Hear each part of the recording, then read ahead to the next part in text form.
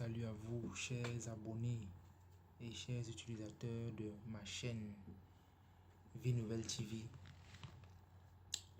Je vous parle maintenant de Moïse, un personnage très marquant dans la Bible. Déjà, il faut noter que Moïse était le doigt de Dieu en Égypte, puisqu'il naît dans un contexte très compliqué. Déjà après la mort des patriarches, Joseph et ses frères, Jacob, le peuple a continué à se multiplier en Égypte. Et un autre roi égyptien qui ne connaissait pas Joseph et l'œuvre qu'il avait accomplie pour le bien des Égyptiens, à cette époque-là, il est donc arrivé au pouvoir et avec son administration, c'est là qui était autour de lui. Ils ont commencé à persécuter le peuple, voyant qu'il devenait plus nombreux et plus puissant.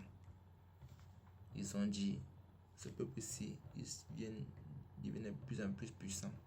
Ils peuvent se joindre à nos ennemis et nous envahir et nous terrasser.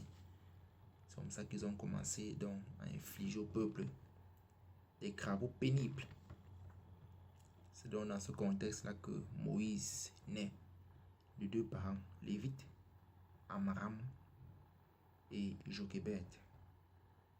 Il avait un grand frère, un aîné de 3 ans, Aaron, et une sœur également, Marie.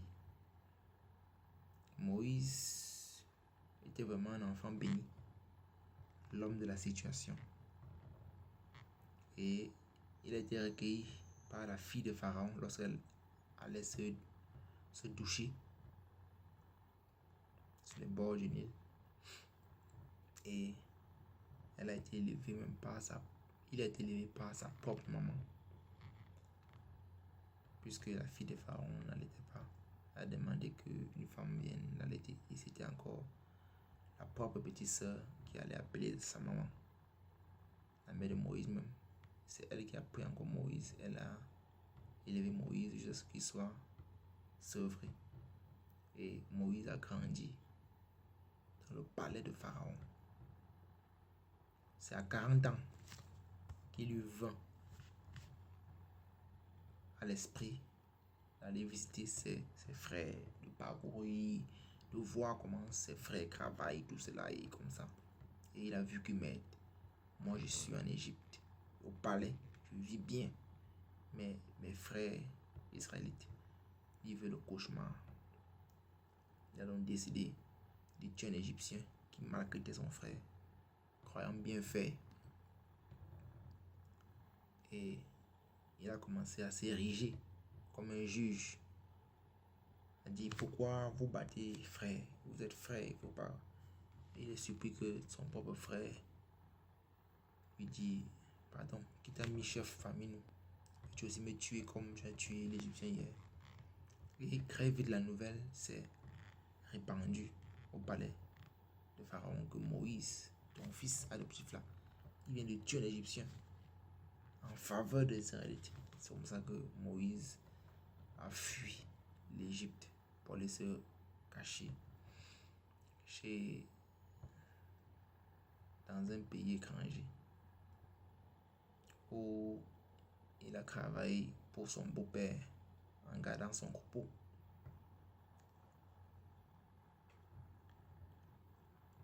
Il a eu une femme là-bas. Son beau-père lui a donné une femme. Il a eu Gershom comme fils et d'autres. C'est comme ça que une nuit, Dieu lui donne la commission et l'autorité avec son bâton sur l'Égypte.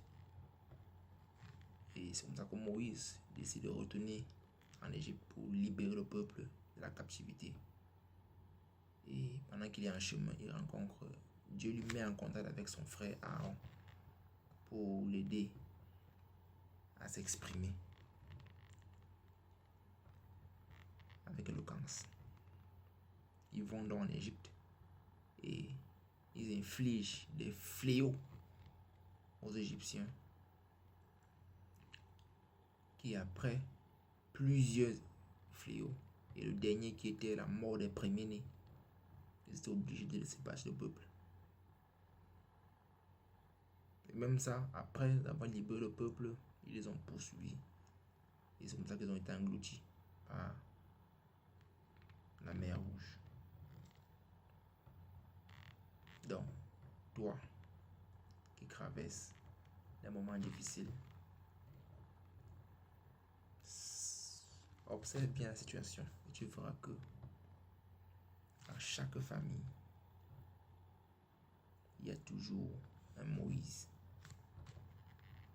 il y a toujours un Joseph,